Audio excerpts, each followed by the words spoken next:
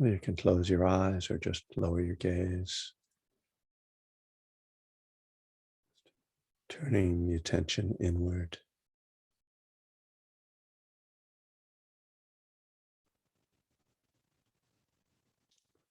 Letting the body soften, relaxing the jaw,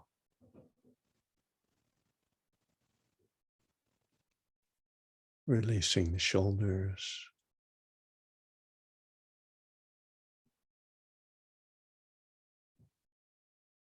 breathing into the belly.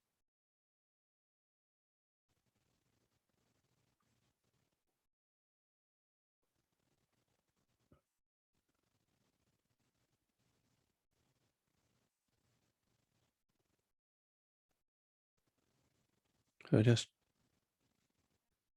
feeling yourself in a body, feeling the weight of the body, the density.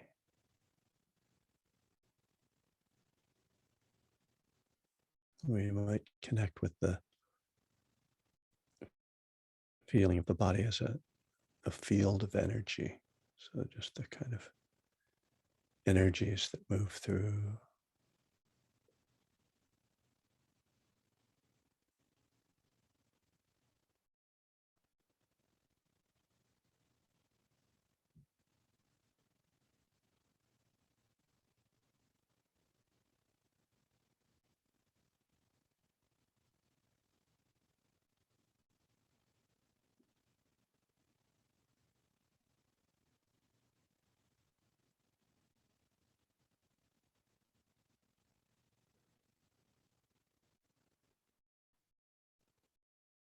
And letting the attention come to rest on the breath.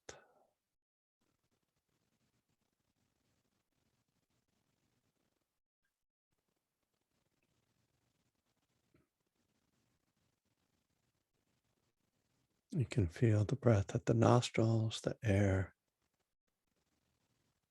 coming in and out, that touch sensation.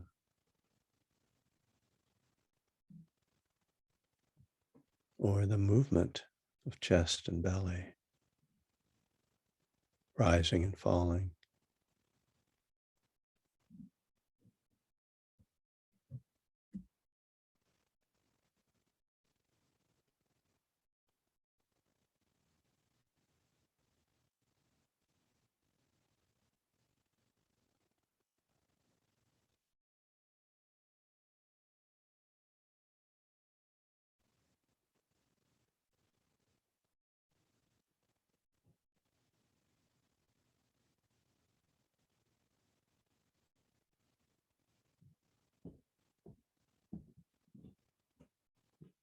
Our practice begins with this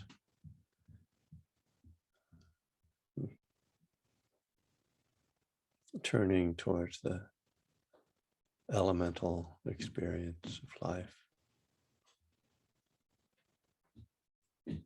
Very simple aspects of experience. The breath, sensations,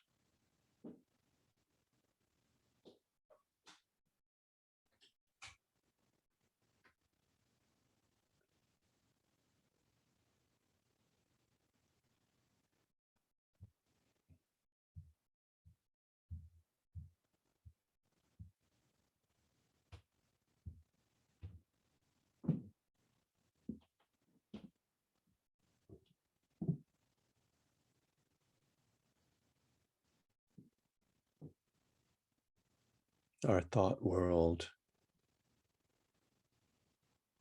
creates so many complications.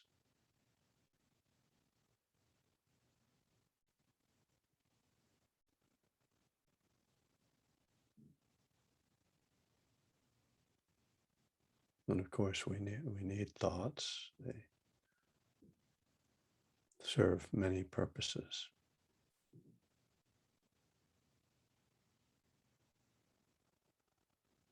But this practice helps us to be less dominated by, controlled by thought, by teaching us to turn toward something that's not in that world.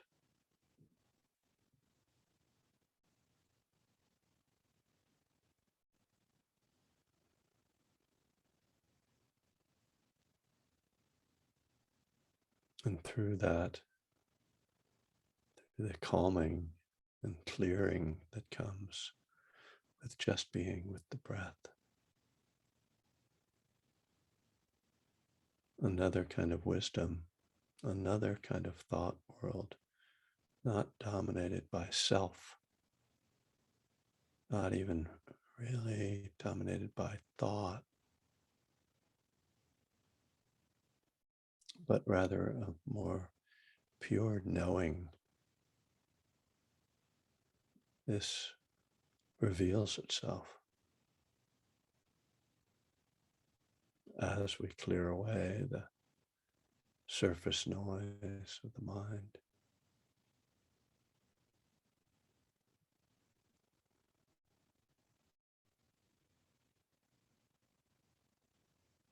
We don't have to chase after it or look for it. We just allow it to appear, that clarity, in its own time and through its own process.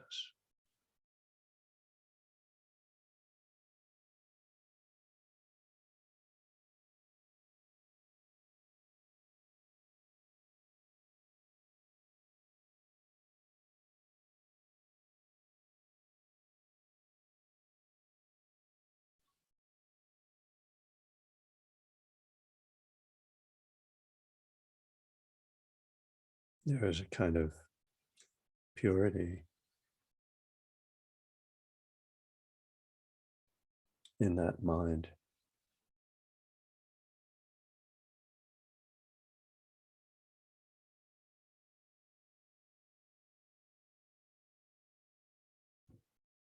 It's also very open and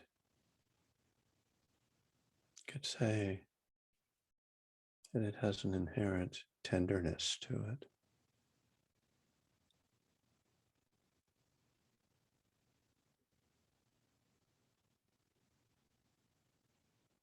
That tenderness evokes compassion, kindness from our hearts. Again, very naturally, not through any particular effort, just allowing that unfolding, that opening.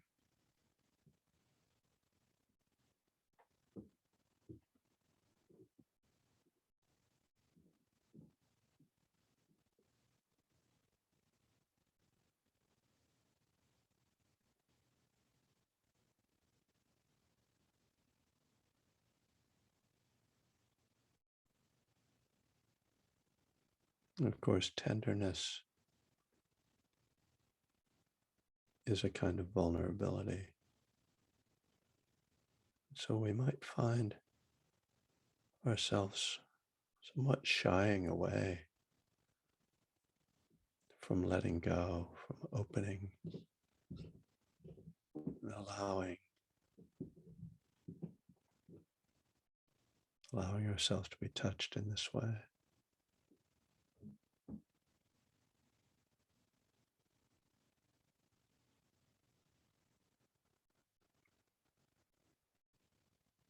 But this is where life is most real.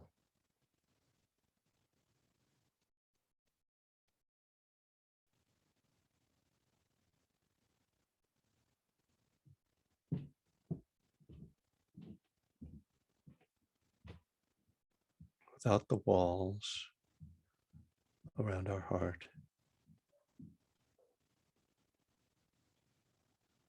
without the thoughts and the judgments and the analyses, just that pure being. This is something essential,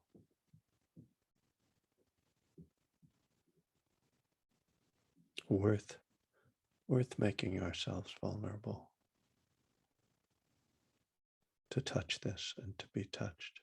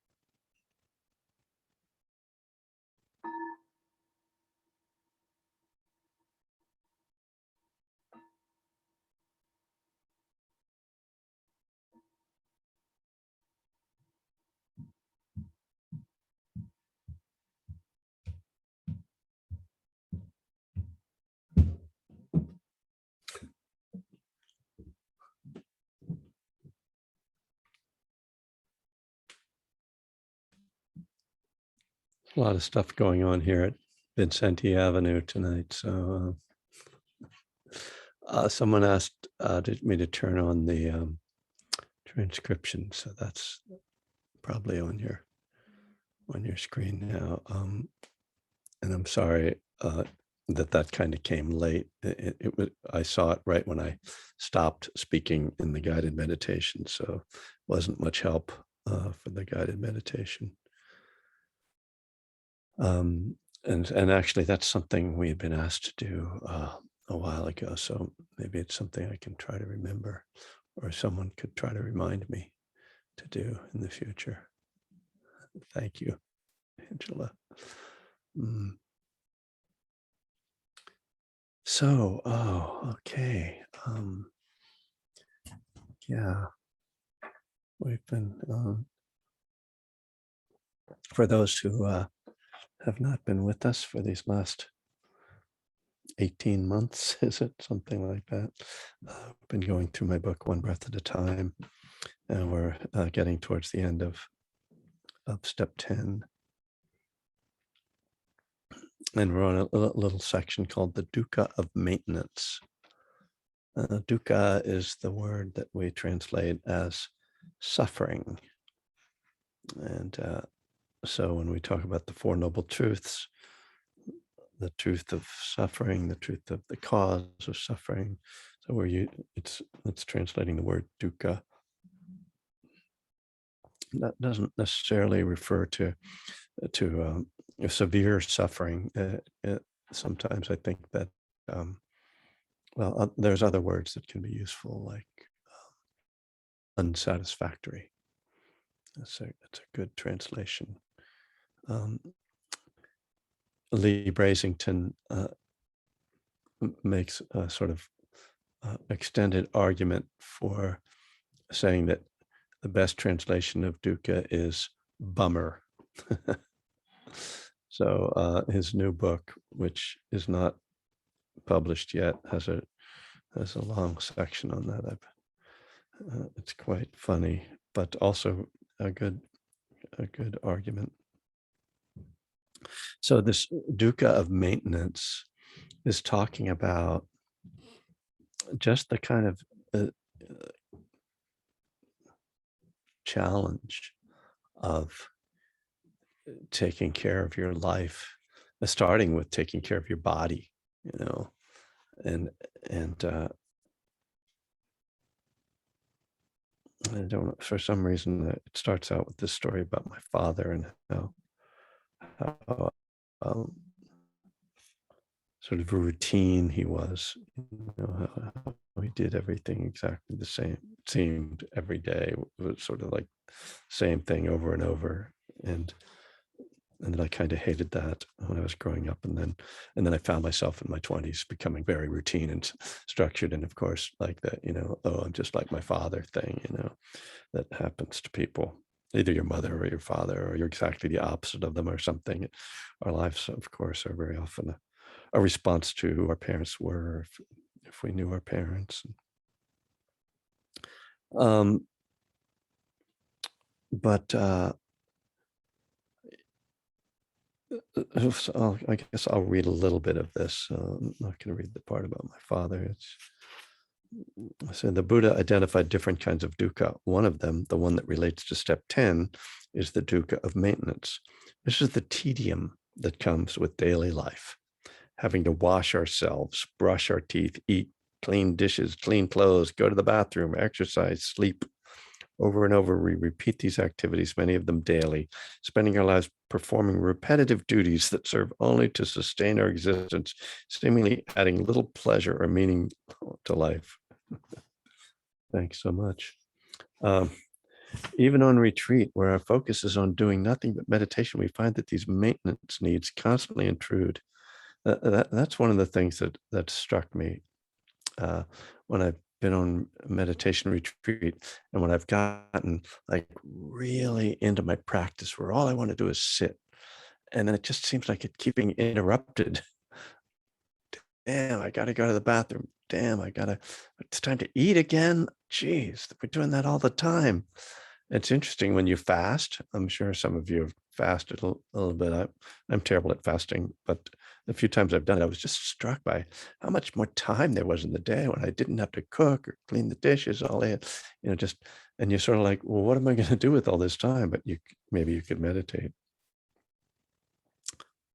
Um, and I have this aside in here about um,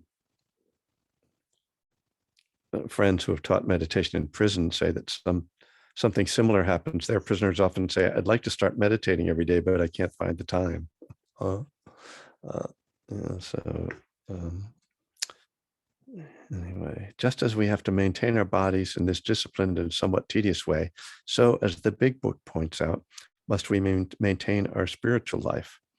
Daily meditation is a cornerstone of any 12-step program in any Buddhist practice. And just like doing dishes or washing your clothes, it can come to seem like a tedious duty.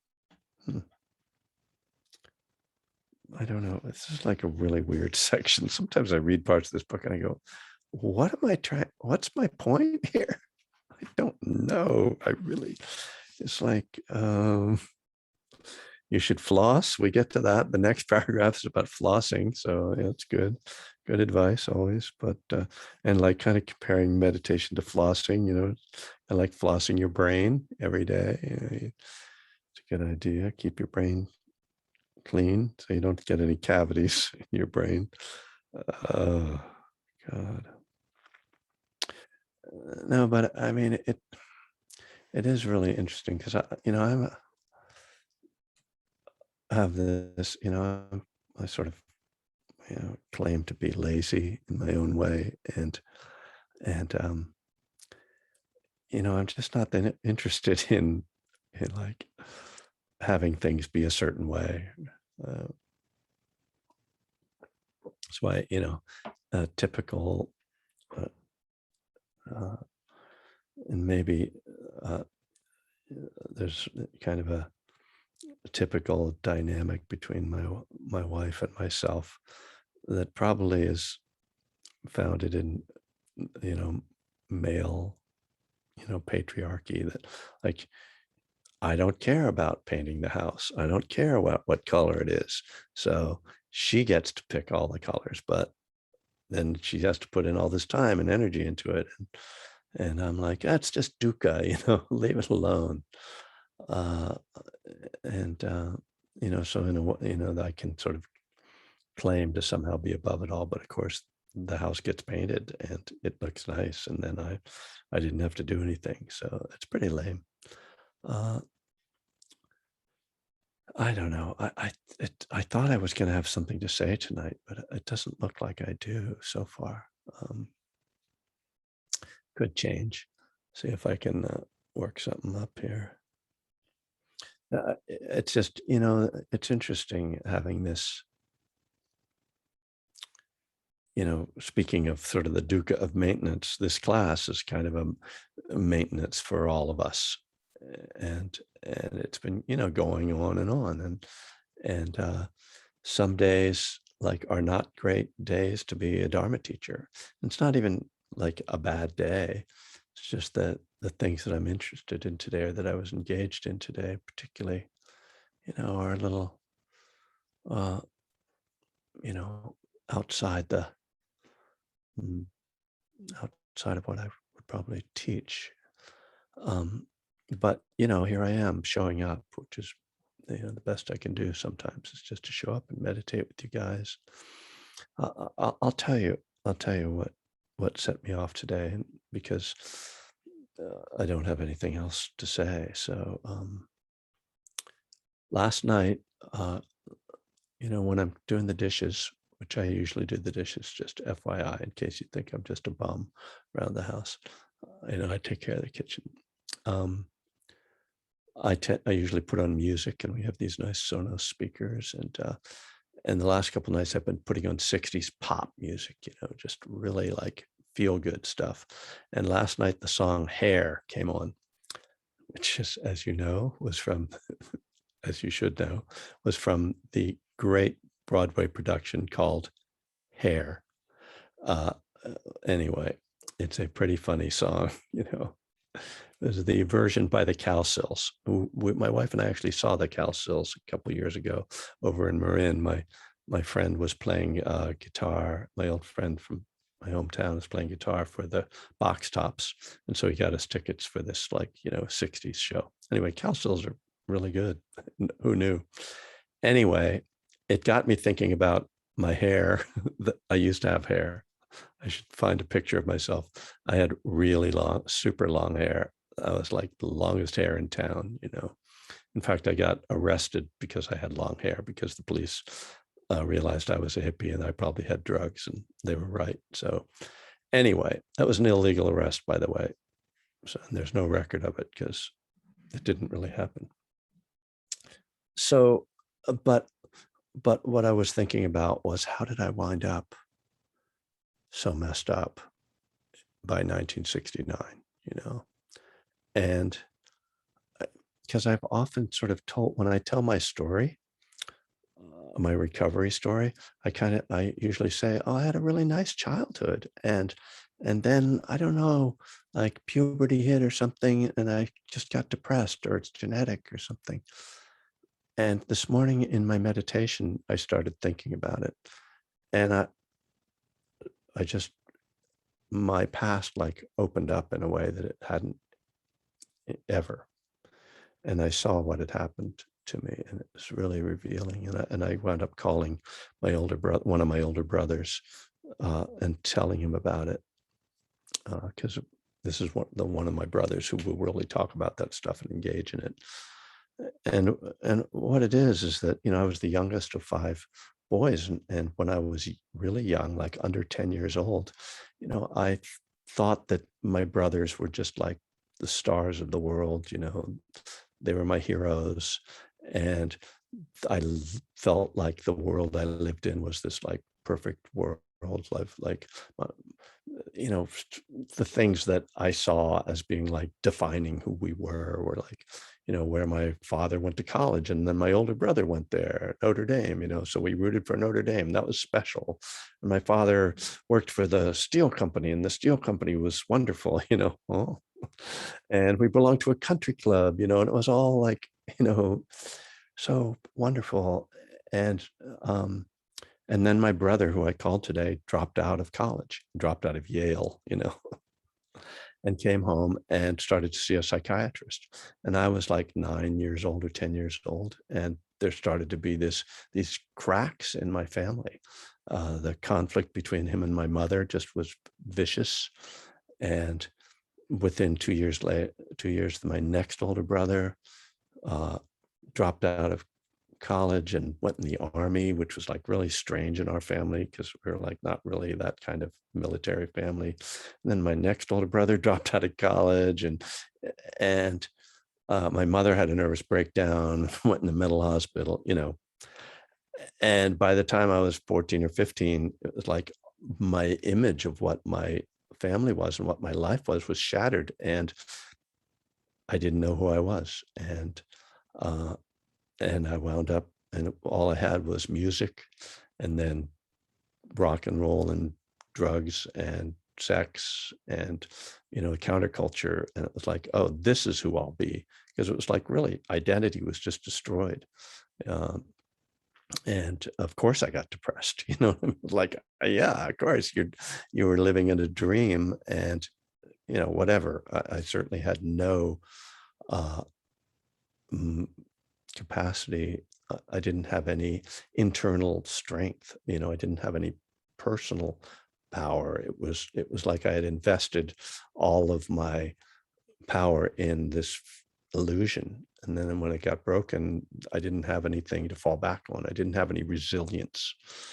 Uh, and you know, and that, I mean, it was such a privileged upbringing, that for me to uh, feel self-pity about it, or to, at all. It's like ridiculous, because I was given everything in the world, and then I was like, oh, fuck this, I don't want it, because like, it's not what I thought it was. Anyway, that kind of was very powerful for me, because I came to as I say, to understand how I became an alcoholic, among other things, how my life took this turn and that I had never understood. And now it makes perfect sense. And I can feel compassion for what I went through. And it is painful to think about. But on the other hand, here I am, you know, in this comfortable existence where I'm, you know, really living, you know, a second life of privilege, and and you know, to be a Dharma teacher, and just like it's the easiest job in the world, you know, especially now with Zoom. You don't even have to go see people. You just go into the basement for an hour. So I don't know, Angela, if we will keep this recording, because I'm not sure I really want, I don't mind sharing it with people, but I'm not really sure that I want it like out in the world. Beyond this, we'll see.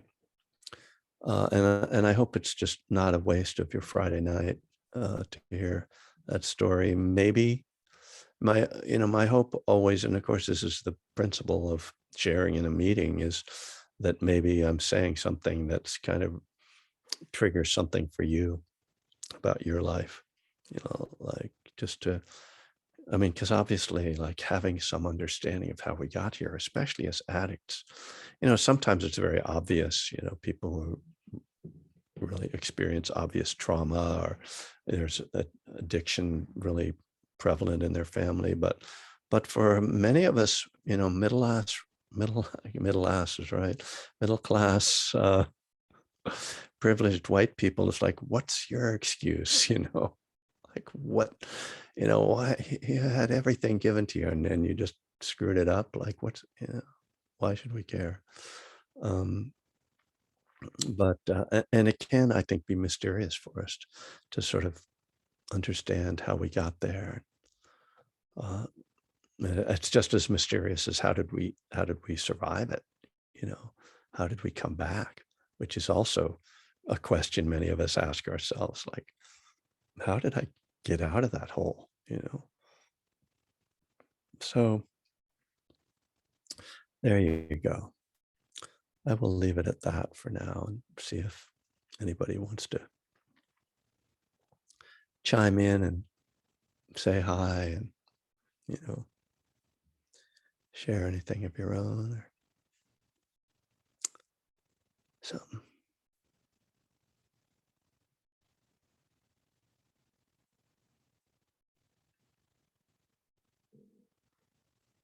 You have some nice messages in the chat. Oh, really? Oh, okay. That's nice. I'm going to post the Donna information. So I just, before Oh, yeah. I hide it Quick, all. well, people are saying nice things. Quick, ask them for money. No, I always post it once you open it up. Am I grateful to her and the house getting painted? Boy, am I ever. I mean, I have a really great partner. I'm really, really fortunate in that. We're very, we've been together a long time, and she's not a Buddhist, which is probably good. And we kind of complement each other, I think. So yeah. Read about attachment theory. Yeah, thanks. I have a friend who wrote a book about attachment theory. I try to stay away from that kind of stuff, but thank you for the suggestion, Dana. All right, we got hands up. That's what I like to see. And the best line in the song Hair is, that the reason he doesn't cut his hair, it's not for lack of bread like the Grateful Dead. I just thought I would say that because the word grateful was in there. It made me think of that. So not for lack of bread like the Grateful Dead. Who had their hand up first? Sasha? I've been watching your face for some reason. So there you go. Oh, thanks, Kevin. Hi, everyone. I really enjoyed your talk today. I mean, I'm calling in from Melbourne, Australia, and I have been in recovery for a long time, and what I really enjoyed about what you had to say was I'd never thought about the dukkha of tedium. Um, and I know that sometimes with my program, it does feel really tedious, and doing the same things over and over again and thinking, oh my God, the 10th step, here we are again, working through those questions. So it was really lovely to hear that, because I haven't gotten to that part in your book yet. So I really appreciated that perspective, and I've just gone through a bit of a transition between jobs, and I'm a student at the moment, and I'm finding it really hard to get my rhythm. Like, I'm feeling really lazy and sort of finding it hard to be motivated. So today's meditation and talk were really good for me. So thank you very much. Yeah. Yeah, boy, it can be really hard to transition back into school or work when you've had time off. And I think this time, the time of the pandemic, just everything is kind of hard. So really understandable. Yeah, dukkha of maintenance, or I like that dukkha of tedium. I think the one thing we can kind of take away from mindfulness is, can I just be present for those things? And that's one of the things we try to learn on retreats, right? To just mindfully brush your teeth and mindfully, eat your rice, and to find the joy in the simple things, because otherwise there is this way in which life is just waiting for the next thing to happen. I think about travel like that, like how travel is all about getting to a place where you aren't there. And so it's like the whole time of travel has no value. It's just written off as just, I have to go through this in order to get there. And, and I mean, when you are just actually in the act of traveling, rather than like, on a vacation travel. But anyway, thank you. And congratulations, Australia's doing so well in the Olympics. You guys great in the Summer Olympics. Definitely. My wife teaches at a college where Patty Mills went to school, if you know who he is, right? And so we're big fans of his. Patty and Matthew Dellavedova both went there, St. Mary's College, and Jacques Landon, what's his last name? Jacques, anyway, the center, he's going to the NBA. Anyway, sports talk radio, I could just switch into that mode. Dan, how are you doing? Hey, I'm good, more or less. I have to start being a teacher again on Monday, so little bit of stress there, getting everything ready. But I just wanted to thank you for that, actually sharing that story at the end about like coming up, and kind of some of the story of why you became an alcoholic and all that. And it really actually made me think about it in a different way too for myself. Because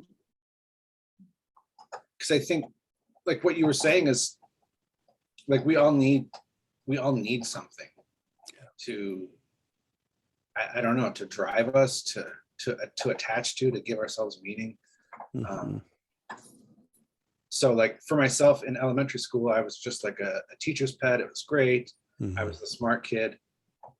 But sometime around middle school, like that just didn't work anymore. School was boring, and I didn't want to I just didn't identify with anybody, teachers or all that. But then, along comes rock and roll and weed, and like, okay, now I've got something again. And with my personality, I dove headlong into it. Yeah. Well, it's also like my greater theory of addiction about that childhood for people who have non-abusive childhoods is magical. And then when we start to come of age, we realize, oh, life isn't magical, where's the magic? And drugs and alcohol are magical.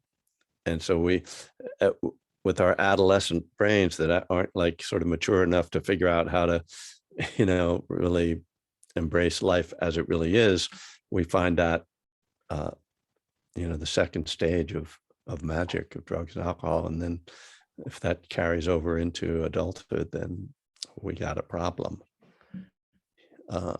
Thank you.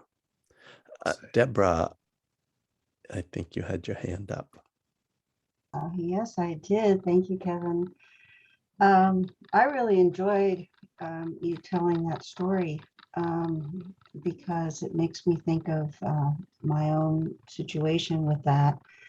And just like Dan was saying, it started and, I was doing some reading on belief systems, what we grew up with and how, this is what we bring into our adulthood, and some of it is just so inappropriate or not right for us.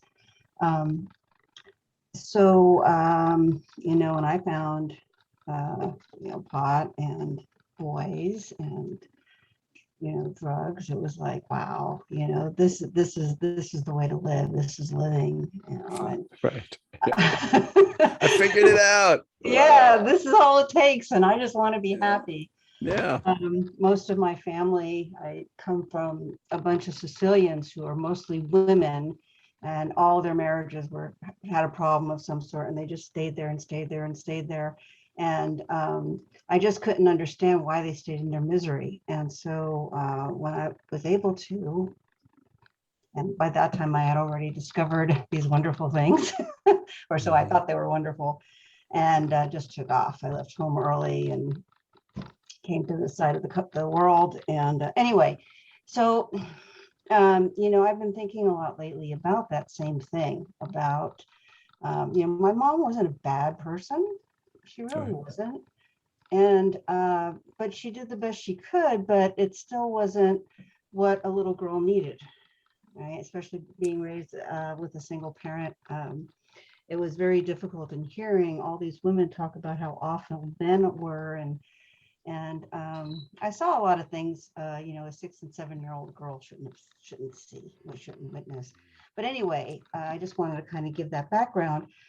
And I always thought that I would be the perfect parent when I had a child. I was going to be the perfect parent because I knew what not to do. Right. But of course, I was an addict by that time. So how can an addict know the right thing to do while raising a child? Right. And probably needless to say, my daughter became an addict as well.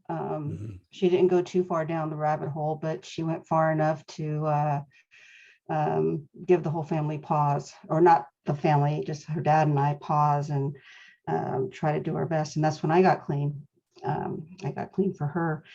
But as I'm in recovery, though, and I see her as an adult. She's 26 now, and I got clean when, she was 16. So, and I think about the ways that I wasn't a good mom. I have these visions of incidences that I could have done so much better, and I probably hurt her with my anger or whatever it was. And a lot of the ways that a lot of her shortcomings, I blame on myself. If I had been, if I did this, if I did that and not that, and if I did not do this, and if I, going through that whole rigmarole. Yeah. So I just wanted to say that because it brings me back to my own story of that, I wasn't raised perfectly either. And I had a lot of things, like I said, that I shouldn't have seen at the ages I saw them at, or hear the things.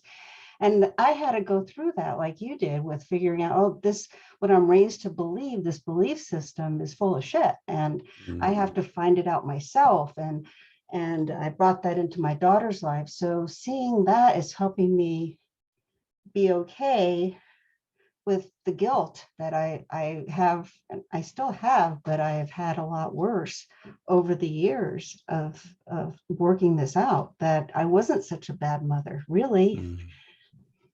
So it does go from generation to generation. It's not just about us, but as how we Yeah. are as parents, I think.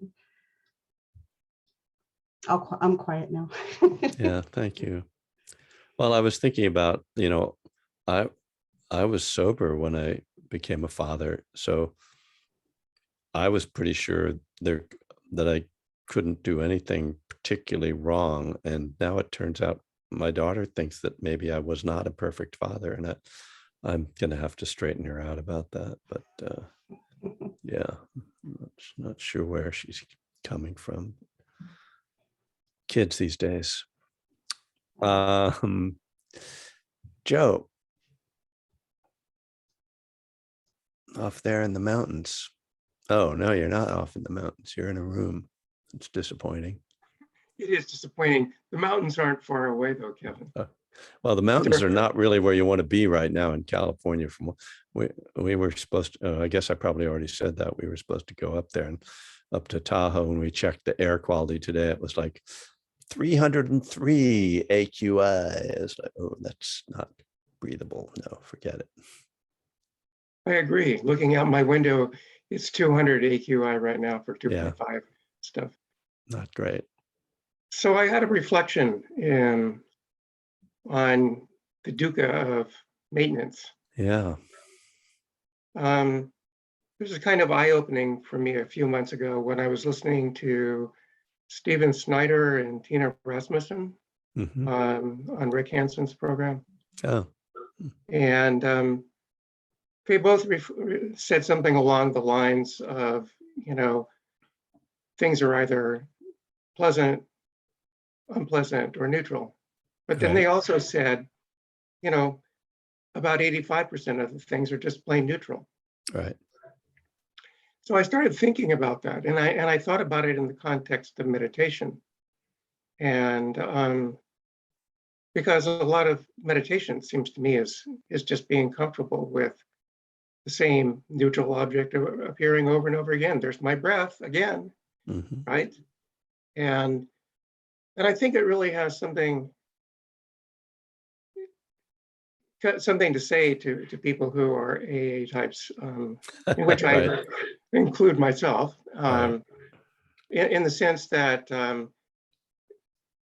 seeking excitement, I think, is really a root of a lot of behavior,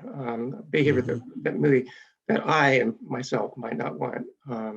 And when I started adjusting to the idea of things being more neutral and not needing to be excited all the time, then I could start practicing much better. So I just thought I would throw that out. Thank you. I actually have thought about this idea of the breath as being neutral and why that might be of value. And so I'll just give you my little, it's not exactly a theory, but it's an observation. Equanimity is a mind state in which we are not disturbed or distracted by the pleasant or the unpleasant. And so if we can get our mind to a place that is essentially neutral, then we can enter into this state of equanimity, which is actually the main feature of the fourth jhana. So I think this is one of the reasons why the Buddha gave the breath as a meditation object, because if you get absorbed into something that's neutral, you go into an equanimous state. You're not being drawn by anything pleasant or unpleasant. You're just absorbed in neutral, which is actually takes you into equanimity, which actually the state of the fourth jhana is actually surpassingly pleasant, but it's not sensually pleasant. So it doesn't have the distracting quality of a hindrance. There's no craving in it. There's no attachment in it. It's just deep, deep peace. So interesting that, like, by working with a neutral object, then that can actually open the door to going into a deeper state. Anyway, I'm not sure I explained that quite properly, but since there's one more hand up, I want to give Stella a chance to speak. Thank you. Yeah. Really nice to be here. This is my first class I'm attending live. Watched a couple of recordings. Well, it's usually much better than this, so don't Okay. worry. I thought it was great. So I'm new, and I don't know if this is an appropriate question, but I want to throw it out there in case anyone can help. I'm looking for a Buddhist 12-step program, and I didn't know if there is one. I found some that seem like they kind of you use them alongside a 12-step program, but I didn't know if there was one that can just be the program itself that somebody would recommend. Well, I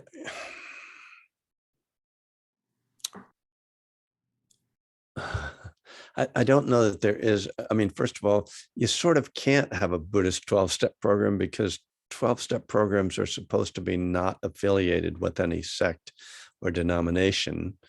So, I've kind of keep my own teaching as being a sort of, something else.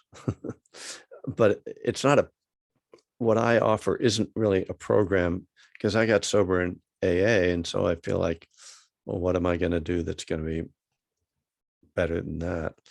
There are two Buddhist recovery programs or maybe three that I can name for you. There are two that are very closely related: Refuge Recovery, which gave birth to Recovery Dharma, when the founder of Refuge Recovery got in some trouble over sexual misconduct. So people branched off. And anyway, Refuge Recovery and Recovery Dharma are non-12-step, based in the Four Noble Truths and the Eightfold Path. And then there's a program called 8-Step Recovery. And the 8-step is not related to the 12 steps at all. It's completely other 8 steps. But the three of them are easily found, Googled, and meetings for all of them are also listed on the Buddhist Recovery Network website. So buddhistrecovery.org. Where you'll find like more meetings. What I do is more like, this isn't exactly a meeting because I'm the teacher here. And so it's not just a place where people share, but it's, and I think there is one of the problems in my mind with a Buddhist recovery program is that recovery programs are usually done as kind of self-help, whereas Buddhism depends upon teachers and authorities. It's difficult. If you just have a peer-led Buddhist group, it can be a little risky, with kind of the blind leading the blind a little bit. Buddhism is a pretty dense topic that can be easily misunderstood. And so that if you just have a bunch of people that are reading a book and then trying to understand it without a teacher's guidance, it can kind of get confusing, to say the least. So, but those are some thoughts for you. I was going to say that was the end, but since Deborah J has put her hand up, I cannot, say goodnight without hearing from her.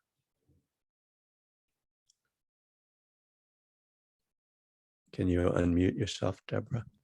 What you. I was going to say was that the group that I'm involved in Santa Barbara started as Refuge Recovery, and we've been together for almost 2 years. They were together before me.